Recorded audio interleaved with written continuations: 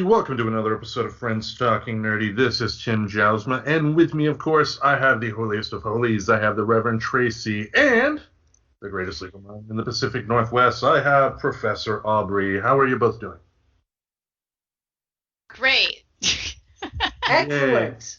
We didn't establish an order for response, so I didn't want to talk over Professor Aubrey. I know Rochambeau, rock, paper, scissors, but wow, we are finally getting snow. Global warming being what it is, we've in February hitting our very first snowmageddon. Yay! Yeah. I'm glad we actually finally got snow. It's weird because Texas, like my family in Texas, got snow well before we did this year. And I think it's really funny, particularly, that this was like a day late, I guess, because they thought this was going to happen last night. A bunch of things preemptively closed and everything. So I thought it was really funny that we woke up in the morning. I'm like, yeah, great. The years that everybody's like, you know what, it's not going to happen. That's Snowmageddon. But the years where it's like, oh my God, it's going to be the worst thing ever. Close the state. Like, this is where it's like, okay, well, I mean, I guess it sure is sticking. I guess we'll see what it turns into, though. But very happy we have our first one. Yeah. Yeah, you never know around Portland when the snow falls, and then if temperatures go up at all and things thaw and then it gets frozen again, that's when you get into the ice situation, which typically is what happens because there's such temperature fluctuations between day and night here because we're so far north. Just let me tell you, as someone who grew up where winter was an everyday reality, just enjoy this for what it is. Portland has always been a nice level of dusting for snow. It's never gotten too insane. One day I know, like, it got somewhat bad, but that was only because it snows so irregularly here. They don't have they don't have it set up for snow plows or anything like that. So it was a mild Michigan day, but it was a bad Portland day. So it's I wish it had come earlier, I guess, but better late than never. Yeah, I mean, at least most of us aren't having to drive to work. Well, not most. There are a lot of people who do, but a lot more people are home than what normally would be. You got a lot of people that were already working remotely, Salesforce and places like that they're not even planning on going back to offices. So either way, they would have been working from home. Yeah. So I'm sure there's a lot of people that are like, of course, the year that I don't have to drive to work is the year that it barely snows. Well, I know someone who's going to be home a lot now, and that's Gina Carano. Oh, yeah. Oh, yeah. Buddy, I hear she flew a little close to the spotlight and didn't realize it was the sun. Oh, God, it infuriates me as someone who, I wasn't in college for terribly long, but I was in college for theater, and I know I've seen actors work. Actors do a lot of it doesn't seem like a hard job, but acting is a hard job. So when you see someone like Gina Carano, who is essentially given a Hollywood career and flushes it down the toilet for stupid stuff like this, it's infuriating. How many actors that are trying to get by today, especially in a pandemic, would kill just to audition for a Star Wars show, and to just throw it away like that. Now, I know when we first started talking about it, her nonsense online kind of snowballed. It started off small to the point it's like, stop, but okay, I can she's just being an asshole, but whatever. But just wow, what do you think? I was wondering whether you could share some more of the backstory on this. So what is it that she did that was over the edge then? The one that finally tipped it, that made Disney stand up and say something, was she posted a meme it was a picture of a Jewish woman getting beaten in Poland, and it was there was dialogue on it, and I am paraphrasing here, so there could be some stuff I'm somewhat off on, but basically it was stating that the Nazis were not the ones who hurt the Jews in Poland. It was the Polish people, and that you shouldn't knock somebody like a Nazi for just their political opinion. And Yeah. See, Tim had to fill me in too, because I have admitted several times on this podcast I don't follow this stuff.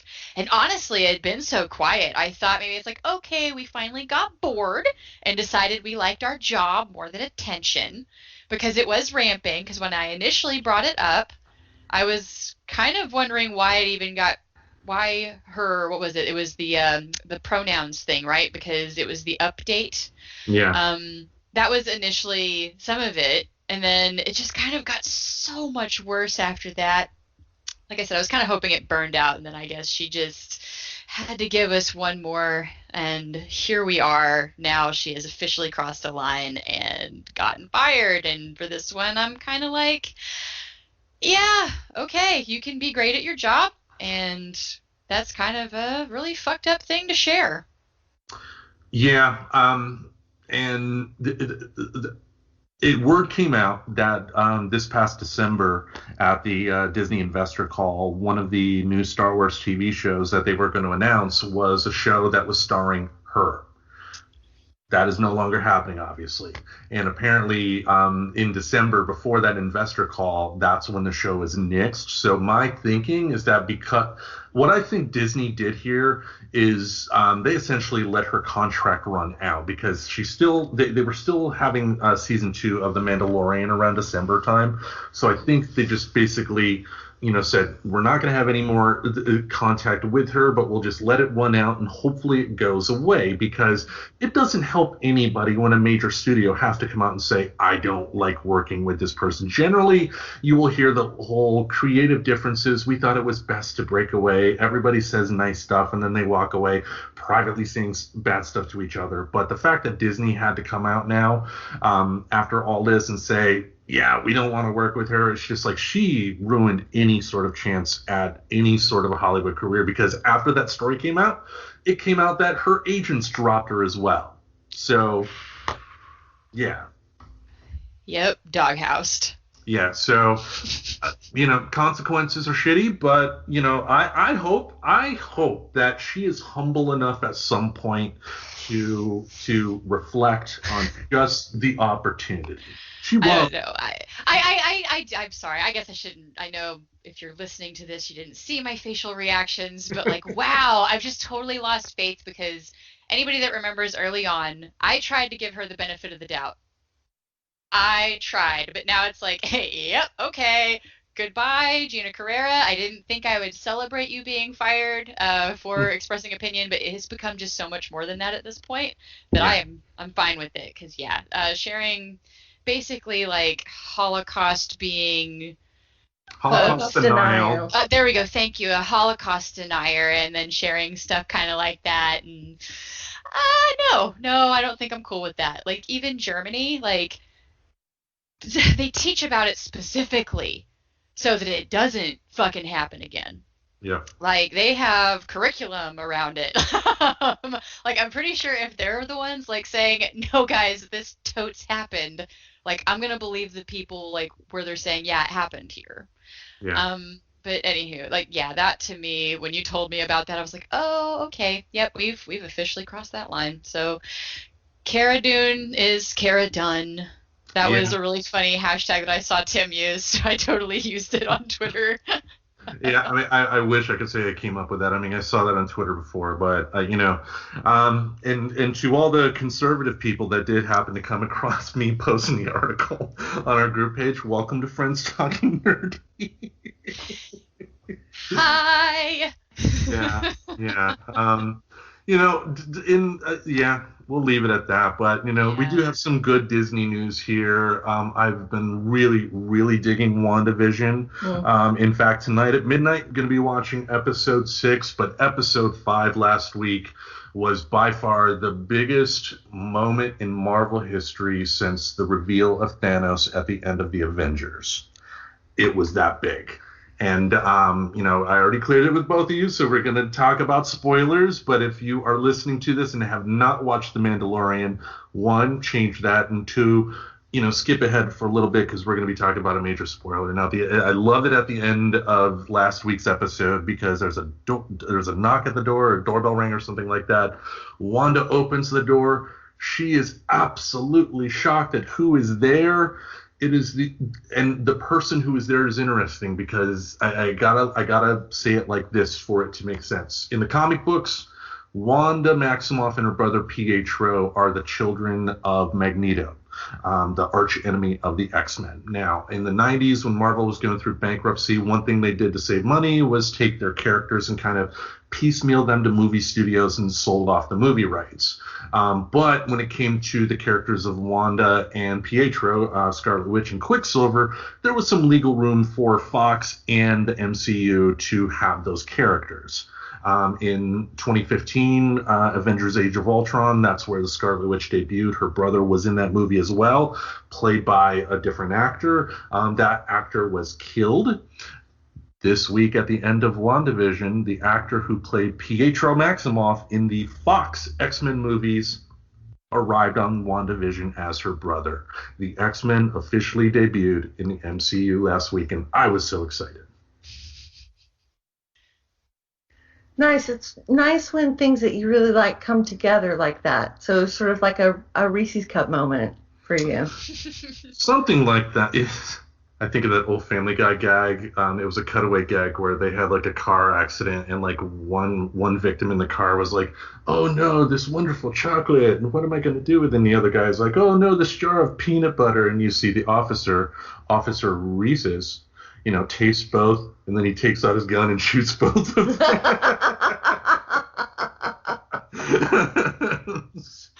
Oh, wow. But yeah, the dark history of candy. It was great, but I cannot wait for the next episode tonight. And with the new releases that are coming out this year, with both the Disney Plus shows and the movies, more than likely there's not going to be a week this year that will not have new Marvel material out. So I am really, really excited. So that's what I'm going to do at midnight. But we got a special guest. We rarely have them, but we do have a very special guest. This person is one of the co-heads of the PCC Community Law Clinic, and the reason we're having them on is I want them to talk a little bit about one of the programs they run, and that program is the PCC Name and Gender Marker Change Legal Clinic. Very important topic. So wanted to bring that guest on. And I guess it's Professor Aubrey. It's me. I'm the special guest. All right. Thank you. So tell us about this program. Well, this is a very simple, straightforward, and beneficial program. Basically, anybody that wants to have their gender markers or name changed legally in the state of Oregon can sign up for the Name and Gender Marker Change Clinic and have someone help them fill out the paperwork so that they can proceed with that name and gender marker change. Nice. How long has the program been around? The first time we did it was last year. So last winter, it was actually the last thing that happened before the pandemic. So on March 11th, 2020, we had the first name and gender marker clinic, and it was a huge success, and there were tons of people that came to it and got help with their name and gender marker process. And then everybody was home starting the next day. Oh, good timing, I guess. Yeah. Did you have a question? Oh, no, I'm going to totally let you guys mostly. I am here to learn. So this year, because of the COVID-19 pandemic, we are doing it all virtually. So none of it will be in person. It will all be virtual. And so there's a form to fill out if you're interested. And we will have the link to that form on the Linktree for the show. So for if you're listening, that is accessible in the show description. There will be our Linktree link there. Just tap that and it'll bring you to a web page to where you'll be able to access that. And I think the important thing here too is that even if it's a service you're not going to take advantage of yourself, the important thing is spreading the word. Yeah, if you happen to know somebody, I mean, you never know who might be changing their name or gender markers. And somebody just told me that they just changed their name like a day ago. So people change their name all the time. It can be hard to understand the process and sort of get it done.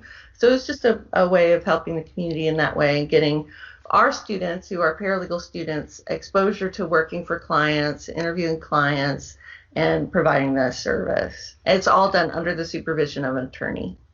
Nice. Very cool. Because I could see, like, I've changed my name before, but doing it when you're married is very different, I believe, than when you're doing it. Easy when you're. It's easy. Okay. Because I know, like, for me, I had to show them my marriage license. Like, there's paperwork you need to show when you change your name. So I guess that would be a lot of where people feel a little bit stuck, is like where you start. And so I'm guessing this is going to help people kind of go from beginning to end in the process. That's right. Awesome. And it doesn't take long. Yeah, now the process is just going to be that simple form, or virtually, is there going to be like Zoom meetings or anything like that? Does anybody have to talk to people here? There will be talking with human beings. There will be human beings talking to each other. The social misanthrope in me, bringing that up. So Tim's like, can I get this done and not talk to any other live humans? No, probably not. Yes. Oh. So Rob, I mean, you could always try the mute in the text, right? Something like that. But all right. Anything else we need to know? The appointments for it start March 5th. So if you're interested, definitely sign up, because I imagine it's going to fill up. So. Okay. And being that, we got Aubrey, Professor Aubrey here as one of the heads, definitely a great program. So I'm going to be doing my part to spread the word. If you are listening to this, we definitely recommend, do it as well. Help it out. Because, like we said, even if you're not taking advantage of this program, you don't know somebody in your life who may need it. So spread the word. Exactly. And I'm thinking, Tim, if he hasn't already, we'll probably put something up on the Friends Talking Nerdy page, just so it can be very shareable, because it's kind of to that point, you don't really know who in your friends list could really use that information and don't know where to start to look. So just sharing it, and somebody passively passing by it just because they don't like it. My personal experience has told me that just because nobody hits that little heart button doesn't mean it's not seen. Right. So definitely share it with your friends, just to get the information out there, even if you don't think any of your friends would want it, because you don't know that none of them would.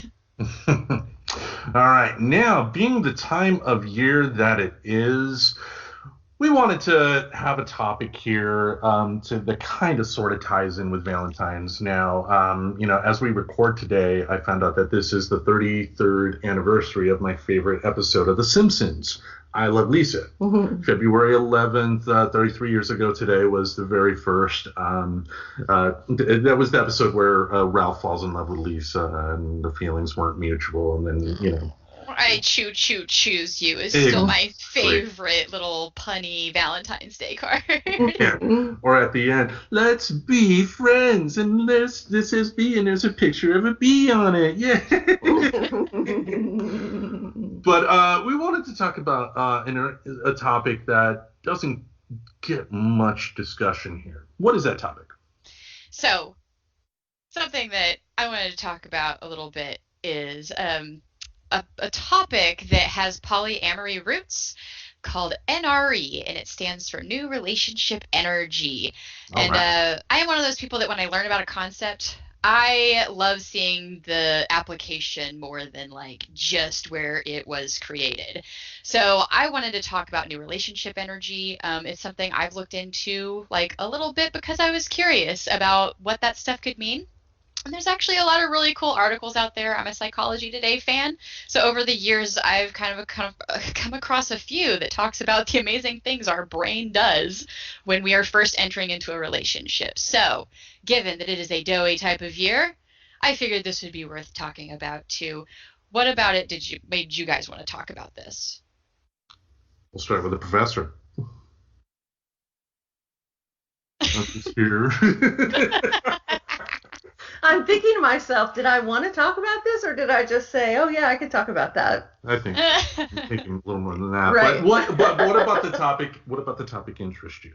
Obviously, if it didn't interest you, you Well, wouldn't it's see a it. fascinating topic. It's a fascinating topic because what happens in the beginning of your relationship often has repercussions for your entire relationship. And so, no, being able to put a non-threatening label on something and then be able to manage it. And I think manage it rather than make it go away, because I think when it's similar to the sort of heteronormative mainstream concept of what is the concept? The heteronormative mainstream concept of Monogamy? no, honeymoon period. There we go. Yes, the There we go. honeymoon period. That's Yes. kind of also what we're going to be talking about here, because I would think that would be the closest term. But I think with the honeymoon period, it's often used as a way to diminish the feelings at the beginning of a relationship. Like people will say, "Oh, you're in the honeymoon period. Just wait until, it's a year from now, or just wait till 5 years from now." So sort of it's used in a really negative way, whereas I feel like new relationship energy, as I understand it, is used in a really positive way to say we want to experience those feelings at the beginning of a relationship, and we're gonna experience them because we're being flooded with hormones. Yeah, I feel like the poly community. Oh, sorry, go ahead. You should still be able to enjoy them, enjoy the feelings while not making stupid decisions because you're in an altered state. But really, the focus is more on how can you share those feelings, the new relationship energy, and how can that enhance your existing partnerships? And this is really cool. Mm-hmm. Yeah, it's like a king of reframing type of situation. It's like you can either look at this as something that could kill other relationships or like really kind of fuck up your routine in life for a little bit, or you can embrace it and you can learn how to ride those tides. It's what I liked about the NRE like term is it's kind of a name it to tame it thing, right? Like instead of like feeling confused and out of control, it just has like this nice term. Like it's not it's just the honeymoon period, and just like diminishes it. It's like, no, this is just some new relationship energy. It is neither good nor bad energy, but there are facts about it that maybe if we know more about it, we can kind of navigate it in a more smooth way. So like the beginning of a relationship isn't so tumultuous, It's, I mean, the way I think of it, it's almost like surfing. If with the NRE energy, it is very easy to let that overwhelm you and to let that energy essentially take over the decision-making process. But the important thing, with NRE, and obviously we're going to go into it a little bit more here, is that I found is finding a way to essentially enjoy the wave, but doing everything in your power to essentially still remain in control. Because if you start making decisions based off of purely emotions, results aren't going to be good. Yes. And to put it a little bit into context, like some of the things I remember reading about is like they did studies on the effects of love on your brain and the effects of certain drugs on your brain, and it's very similar. So you have to understand you're making decisions in that state. Mm-hmm. The dopamine overload. And that's high. Where everything feels good, and so every decision you make is a good decision.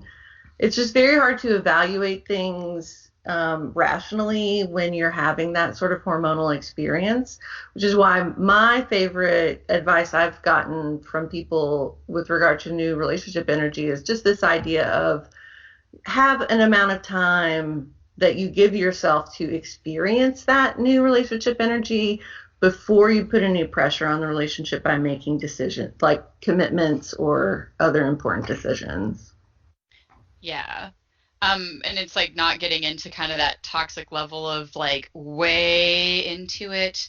There's a lot of energy that happens because of different things and chemicals and going off in your brain. And that's where it's like, oh my God, I could stay up until 3 a.m. talking to this human. And then I can still get up at 6 o'clock and go to work.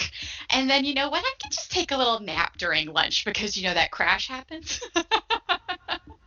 And then you justify it all because this human is just so fucking fascinating.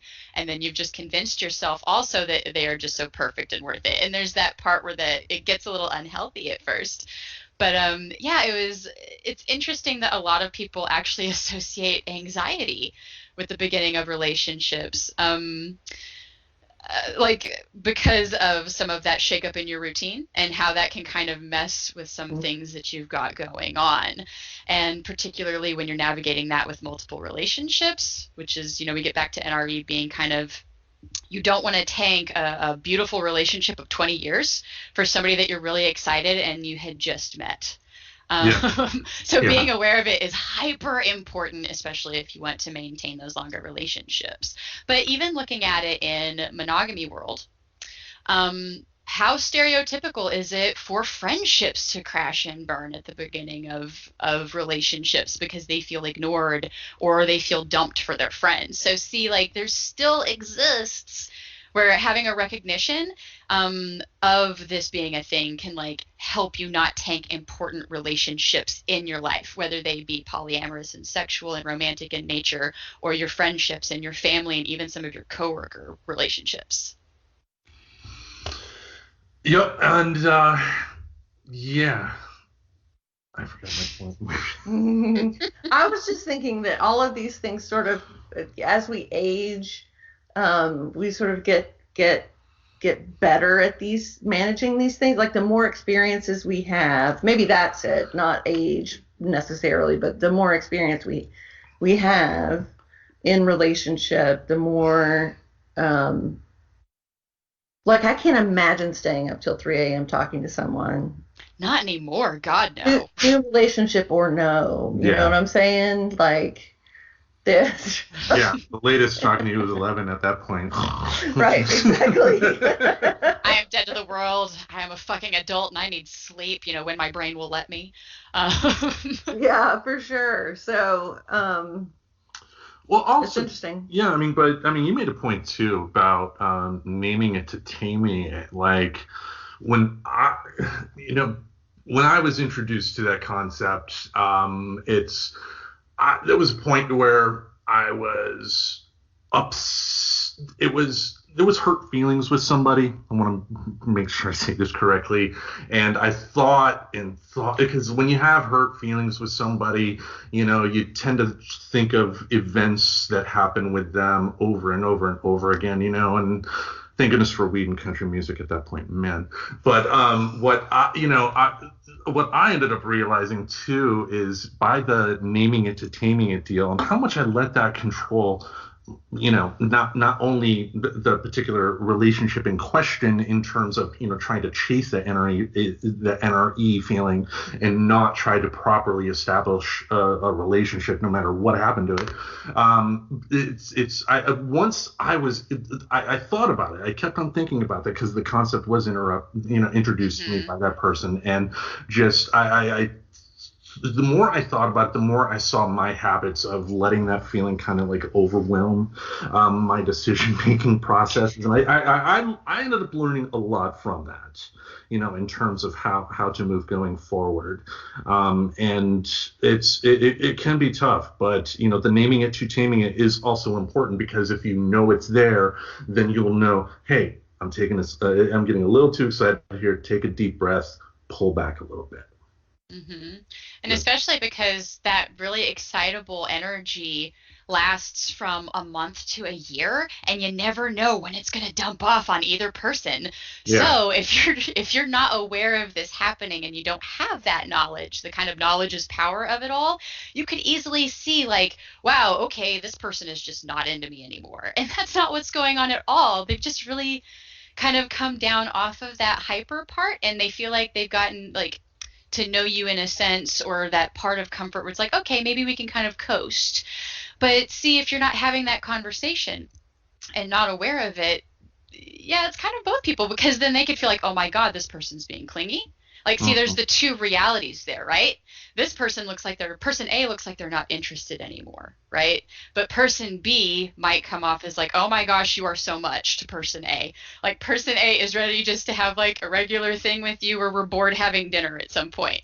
Right. And yeah, it's just being at different points in the relationship. And the more that we can kind of talk about it and normalize this knowledge, I think it could really help a lot of relationships not necessarily explode, because you can have understandings of both sides of it. Like, oh, okay, they're just at kind of a slightly different phase of this relationship than I am right now, but I still really love everything I got to know about this human, and I'd like to continue this relationship. And that was the important thing for me too, in terms of identifying it and kind of controlling it, because since then, I feel I've been a lot better at letting a relationship just develop into what it's going to be, even if that ends, if it's something that starts off as romantic and ends up as friendship. It's you gotta. Yeah, it's that chasing the NRE is you can't chase something you can't catch, and that's it's like snipe hunting or what. Like I know when I went to camp, they're like, we're gonna go hunt snipe, and it's just some counselor like rattling like a pie tin in the woods or something like that. That's really what chasing that is, and you also, when acknowledging NRE, have to accept in relationships that they're not gonna always go the way you want. A relationship is gonna be what it's going to be, and you've got to accept that, because to Tracy's point, when you meet up with somebody, there was a lot of great aspects to that person that had that initial attraction happen. Identifying the NRE is, hopefully, if it's done right, makes it to where if you do transition to friends, that transition is going to be a lot more smoother. Yes. And having that understanding and that patience with each other. And then, by the way, double so if you're somebody that already deals with anxiety or anything like that, getting into new relationships can be really hard. A lot of it because you go back into routines that have been established and working for you, get shaken up. And then there's just also other underlying things going on. You know what I mean? So you've got a bunch of chemicals going on in your head when maybe you already were having some other chemicals going on in your head. So there's kind of a interesting little cross section there of awareness maybe being a little bit helpful. Speaking of awareness, you in your notes had the 4 A's. That's right. I do have the 4 A's. So in, when you Google new relationship energy, there's your predictable topics like how to avoid being sucked in. Most of the articles are about how to avoid being sucked into the new relationship energy vortex. Vortex. But this article was about how, it was I think a Bustle article about how to keep new NRE alive in your relationship. Oh. Yeah. Okay. No, see, yeah, go ahead and continue. See, that doesn't appeal to me, though, because you're chasing a high, right? Isn't that essentially what you're saying is, I'm going to keep trying to chase a high? But sorry, go ahead and talk about the article. I just realized that was really rude. Well, I think that you're feeling a high. Yeah. I don't have to chase NRE. NRE just happens to me. Lucky girl. Yeah, well, I mean, isn't that also about... I guess you chase NRE by getting out of relationships and getting in new relationships a lot.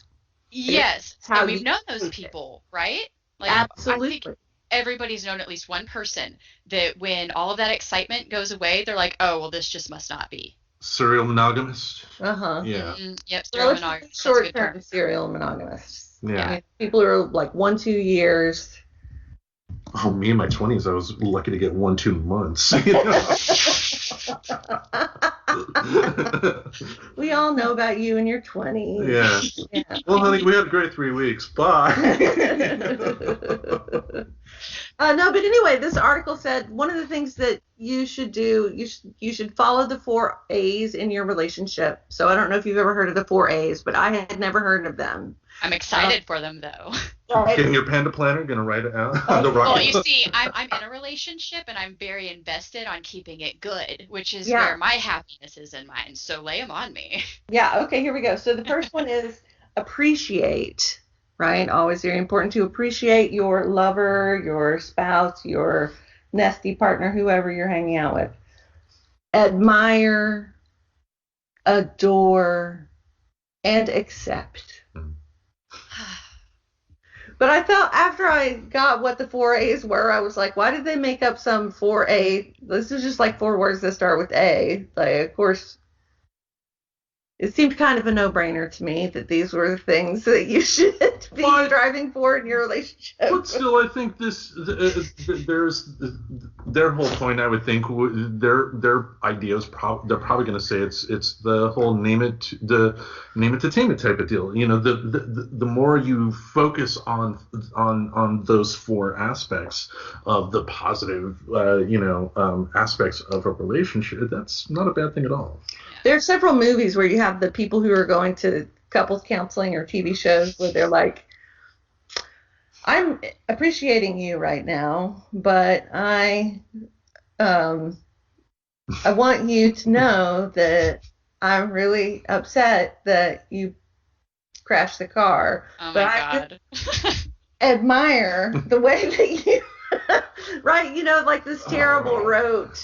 I'm sorry. I feel like I just got like flashbacks to like really bad I feel, you feel conversations. Like that's what that just reminded me of. Every Apple Store employee that listens to this is getting flashbacks to Apple stuff because they have their 3 acknowledge, align, and assure with the customer. Oh. Acknowledge their issue, align your conversation to what they're saying, and assure them that you're going to take fuck you anyway.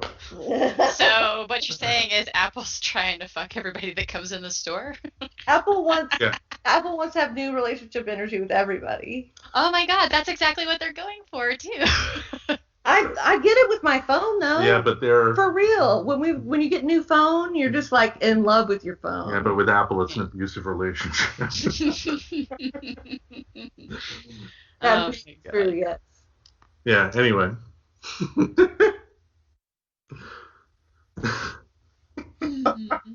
Joys of a podcast. But what other notes do you have? Oh, I mean, yeah, I like I said, general, I just like talking about relationship. And actually, really, to go back to something that Aubrey had just brought up is like, doesn't this seem obvious? However, is it?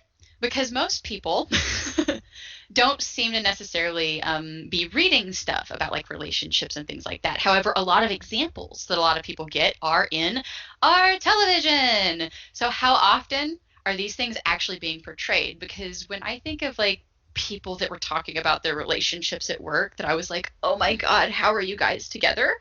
It almost feels like it's mimicking more of like the relationships how you see them on TV and the relationships that you see for entertainment value. And people tend to get entertainment value kind of confused with like goals sometimes. And I don't know. I feel like people are. I want to be just like that couple on TV. Yeah, because they've been together for years, and it's funny that they kind of make these passive aggressive jokes. And look how they like come together and they fight, but they love each other, and then it's awesome. And it's like, well, I get it. Like people aren't perfect; they're going to fight. Like as much emotional intelligence as you want to work on, as much as like inner work and grooming you want to do. You'll always have a disagreement and fight, I would think, at some point. Like, not yelling, but a disagreement at least.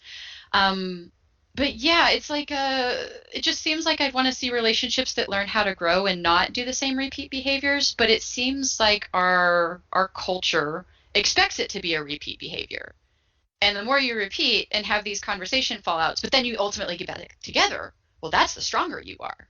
Well, take a look at TV examples, though. I mean, they don't exactly give the healthiest. TV doesn't give you the healthiest examples. Like Home Improvement, for instance. There was a Cracked article I read where somebody was talking about just how, if you think about that show, and applied to like real life examples, how horrifically hateful that family is to each other. Tim's always disregarding his wife is always being passive aggressive and disrespectful to him, kind of being condescending through him of that's good you have that opinion, I'll do it my way type of deal, and not a good example at all. I saw that on a house hunting show. So that's kind of funny. Like, right, it played out on reality TV too. There was a couple, and we were watching it because of the location of where the house was, and Mhm. they drove me nuts because he was just like kind of playing the part of the crotchety old dude that didn't want to go up any stairs. And there was this point where she kept interrupting him, and then he said, "Hey, it drives me nuts when you interrupt me." And she said something to him back. He said, "Well, it makes me forget what I was going to say." And what she said was, that means it wasn't important anyway. Mm. And so, like, there you go. And that's like the stuff that I feel like we see is the example that we're kind of being given, because that's what I kind of I guess that's where it's like I've mentioned I don't listen to a lot of like endless music. I don't watch like necessarily just anything, and that's kind of why. I don't want to be taught my normal through the lens of entertainment. Mm.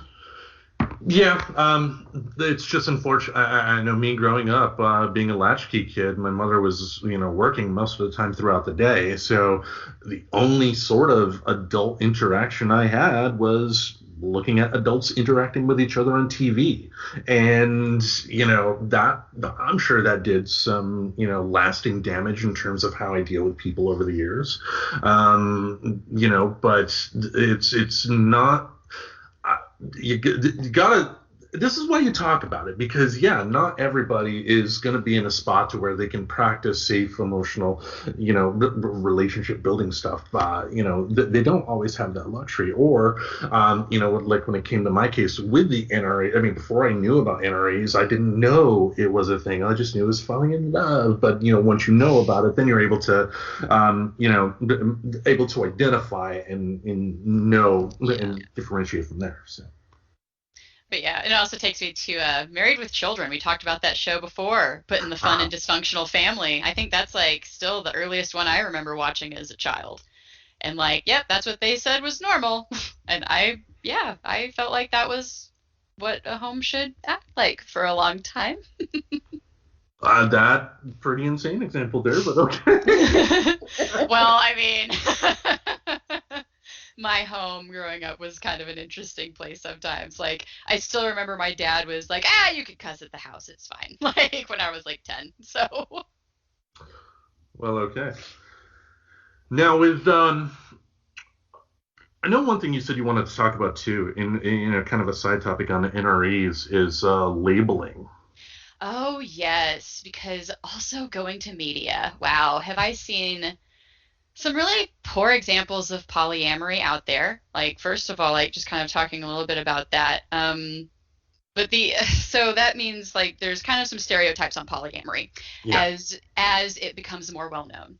Like I point out to you guys, I thought it was really cool that Psychology Today has like somebody that is kind of specializing in polyamory to kind of start writing articles about it, which I thought was neat.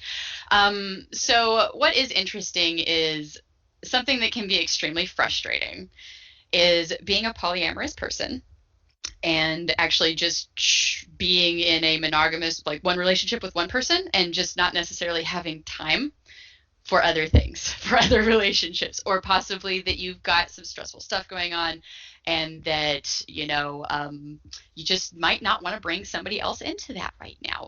So, just almost a little note that I wanted to put out there, I guess, is that as polyamory becomes more known and as you start meeting more people in your life, I think one of the crappiest things you can be told is that you're not something that you know you are. I mean, Mhm. I think we can agree with this, right, Room? Yeah, yeah. I mean, Yeah. like, go ahead. Well, that's just a denial of your lived experience, which is Right. never okay, right? Which always feels bad when someone denies your truth. Yeah, like the example I brought up to both of you of what about the bisexual woman who's in a monogamous relationship with a man? That just because she's in that monogamous relationship with a guy doesn't disregard her bisexuality at all. She's still attracted to women. She's just choosing to be in that monogamous relationship with a guy, and she is still very much able to call herself that bisexual name because she is. Yeah, exactly. Yeah, Or it's kind of related to the idea of like everybody has to come out every day, um, What do you mean by that? in order to be well. So what makes me a queer woman? And do I have to do that thing every day? Or, is it an everyday rule that, like... It's not a membership club. Am I still kinky if I had vanilla sex at one time? Right. Yeah. Isn't that so confusing? Or like a little bit more to this, the monogamous version of it, right? If we're going to kind of put it in that term. The monogamous version of somebody who might only be dating one person could also look like the single person who's just really kind of busy with school and honestly just doesn't have the emotional energy or time to date somebody right now. Like that doesn't make them asexual. Right. It just means they're busy and not doing that right now with their life. And then the other thing is that people who are gray ace or asexual can be sexy and attractive and can have can have lots of sexual things going on in their lives. Oh, and the other misconception, like while we're going to loop in maybe a few groups that have a lot of misunderstanding around romance, asexuals do still appreciate romance and affection and attention. There's just kind of that one part, like they still have companionship and partnership, but it just doesn't look like the way a lot of people feel like their relationships are the normal, right? Like because it doesn't have that one element, they think, how can this person have a relationship? Well, you can. Just like if anybody out there's ever read Ethical Slut, you could be polyamorous and have multiple relationships, and some of those relationships not be sexual in nature. Like that can exist in polyamory too. So I don't know, if you know a polyamorous person, give them a hug when it's okay too. And maybe ask them questions. Please don't look to our media to understand, like especially smaller demographics of that nature. If you meet somebody, I don't know, ask them if it's okay to ask them about it, of course. Like don't just like feel like you can interview style them and that they're like obligated to answer your questions, but get to know people.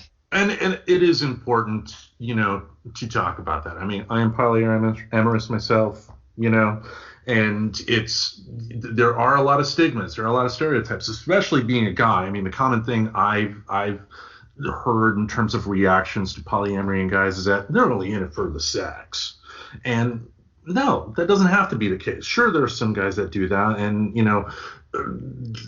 they need to be called out for their negative attitudes. And then of course you got the guys that will coerce their girlfriends into quote unquote a polyamorous relationship, but it's just really a form of abuse or whatever. But because that's another thing too, like Marjorie Taylor Greene, that horrendous congresswoman, I guess it came out that she's having an affair with a polyamorous gym instructor in Georgia. Nice.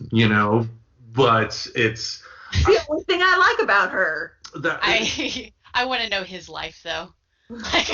Well, they showed his picture and he just looked the wrong kind of gross. I mean, just somebody even compared him to like a villain from the Street Fighter video game. Hadouken!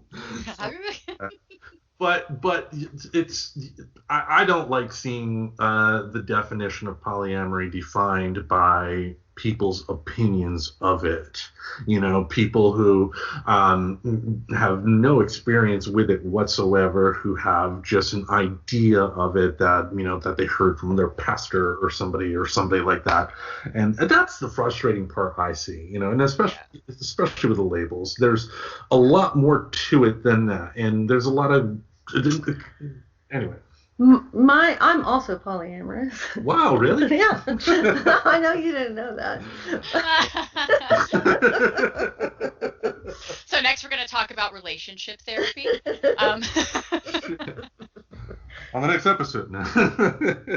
But my experience, it's interesting because my experience with polyamory is that it's like so much more accepted by society and understood by society. Well, we got to remember where we are, though. Yeah, I was going to say we're here in Portland and there is a big poly community here. So, I mean, that's also kind of the experience. I think in Georgia, that's what was so surprising. Like, I don't see a big community in Georgia. I could be wrong. Like, there could be like a little pocket. But Atlanta's a big The very first polyamorous person I met, Erica, who sadly passed away from a heart attack in 2017. I think I told you about her. She was polyamorous. And and she was in Georgia. Even when she was alive, sadly, would send me pictures when she would drive by the CNN building all the time. So. But they are out there, and we got to normalize it. Yeah, and I will also say I do consider myself polyamorous and pansexual, which is great because 50-50 people either know what that means or they ask me what's so attractive about cookware. So, I mean, that's a big fact. And like Zamfir. I really love a good cast iron, guys. Down, but girl. yeah, but that doesn't need to mean anything for anybody else. And right now, yes, I am in a monogamous relationship that very much works for my life right now. It makes sense for me, and that's fine. Like, I had people reach out to me at one point and be like, "Oh, you poor thing," and I'm like, "What do you mean, poor thing? Like, you're acting like this wasn't like I chose to be in this relationship. This was my choice. Me. I actually don't feel trapped. Like, there is that possibility too." Out there. So it's not like a lack of acceptance. It's not a shutting anything out, because what's beautiful is I can have rich, full relationships with people. Still can. There's an understanding there. That I don't have to like hide that I'm hanging out or becoming close with a guy friend at work, or I don't have to hide, like, especially being like pansexual, like who would I be allowed to be friends with exactly under the stereotyped world? Nobody. Exactly. So, I mean, I'm pretty happy where I'm at. I still, feel that I am, but it's like right now, this is just what's working for my life. I can't speak to what's going to work later. But that's where it's like, life kind of changes, and be adaptable, I guess, in ways. Well, I don't feel tortured, so I'm happy. Well, to your point as well, this is also conversations that you're having with your husband in this particular case, and if your feelings ever change, that would be another conversation you would have and discuss on what avenues you would want to expand or retract that, I guess, Because I will be honest, I struggled with, oh my God, am I? And it was a lot of reading through Ethical Slut. It was a lot of listening. There's a Polyamory Weekly. She's also really great to listen to if you're looking for a good podcast. Her little subtext is actually, it's not just about the sex. And there's actually a lot of solid relationship advice in there. Like really, really good stuff that, again, cross application. You don't have to be interested in dating multiple people to get some really solid dating advice for people who date like in kind of a complex situation. So there's some really interesting advice to glean from there. I did totally want to share, and especially if you guys have some too, where we've seen just really bad examples of it in shows, because I have two times that polyamory, bad examples of polyamory. I've got 2 times that I've seen it in TV where I was like, "Buh," and I was curious if anybody else had seen anything like that. Well, I mean, the only one I can think of off the top of my head that I guess you can consider polyamorous is Captain Jack Harkness from the Doctor Who universe. Oh, okay. So not actually calling it that, though. That is true. He doesn't call it polyamory, but I could see his character easily having multiple intense hardcore relationships with multiple people at once. He's that type of guy. So yeah. Well, just checking. Have you, Aubrey, seen like any examples like where they said, "Oh, this polyamorous couple," and I've seen some really great examples of terrible polyamorous, exactly. So one is the Duchess. Have you seen the movie The Duchess? No. Oh, it's an excellent historical fiction film. There we go. Yes. And there's a husband and wife, and the husband takes another lover, which was very common. But she moved in the house, and they all lived together. And then when he died, they continued to live together. There's lots of stories like that. Oh, Dr. Marston and his Wonder Women, the movie we saw. It's a lot of it is made up, sadly, but it's the True story of Dr. William Marston, the guy who helped. He was involved in helping create the lie detector, but essentially what he created wasn't the lie detector, but it was the blood pressure monitor cuff. That's the part he made for the lie detector. But he also made Wonder Woman, and he was also in a polyamorous relationship. Both his wife and his lover were the inspirations for Wonder Woman. And he was heavily into bondage too, so that's why Wonder Woman, she was tied up a lot. So well, there you go. So I saw one especially blatantly bad. If you've ever watched Schitt's Creek, there is a character that comes in at some point, and he starts dating. So you know what I'm talking about? Yeah. See, I watched this and I was like, oh, how horrible that this is what like people think polyamorous people do.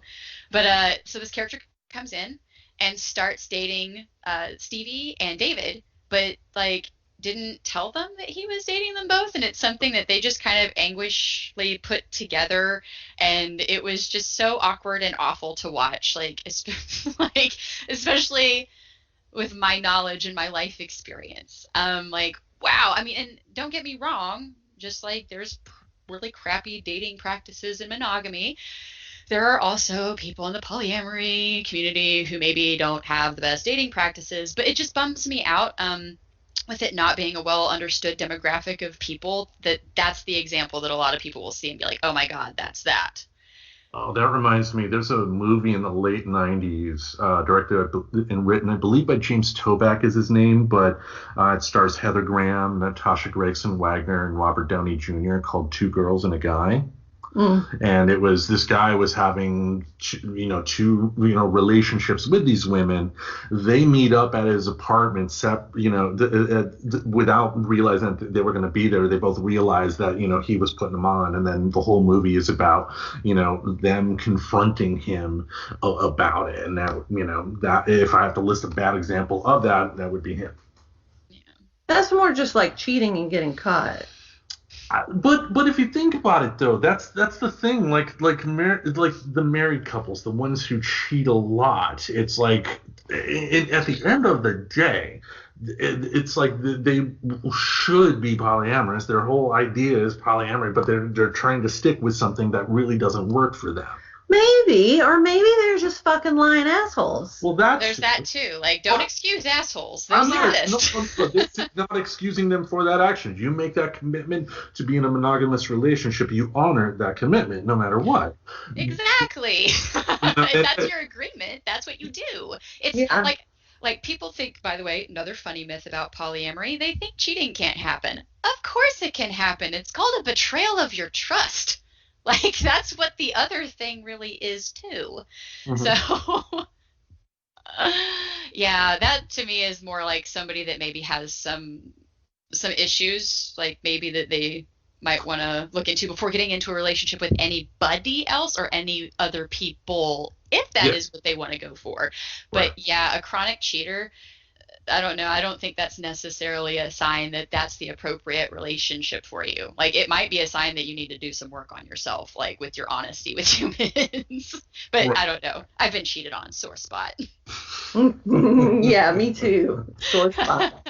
Sore spot. And then the other example I wanted to bring up, just because I thought it was funny, because they actually accidentally showed what was a better example of polyamory, but they never called it that.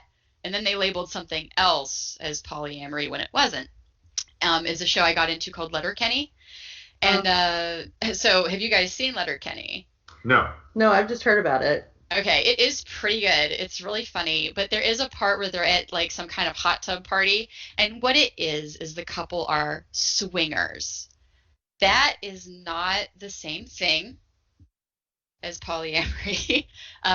So they start saying they're polyamorous or they follow that alternate lifestyle. And so it was kind of interesting to watch that because I do really like the show, but I didn't know how to feel about that episode like after that.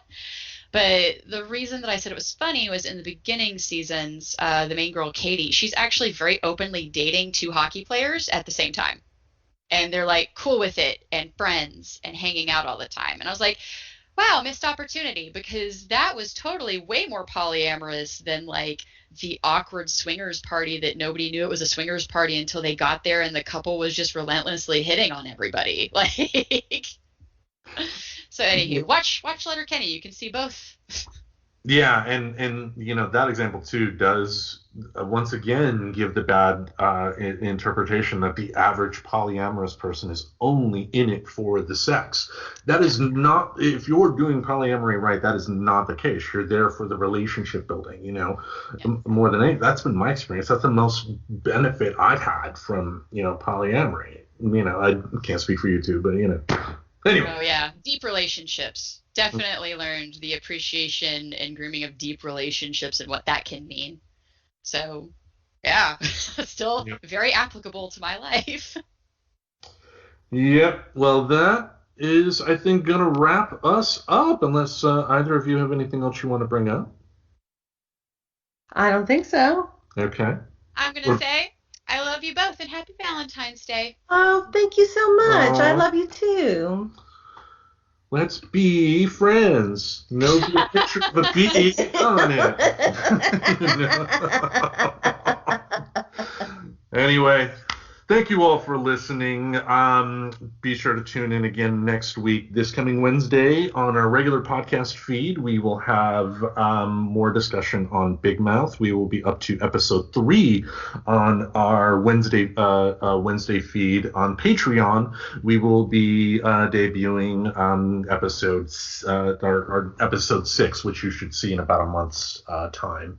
And from there, we have Tracy briefly mentioned it, but we did start up our Facebook page again, different from the group, and you don't have to join both. I mean, we're going to do some cross-pollination there, but I did realize some of the benefits in having a page, so I was able to start that back up.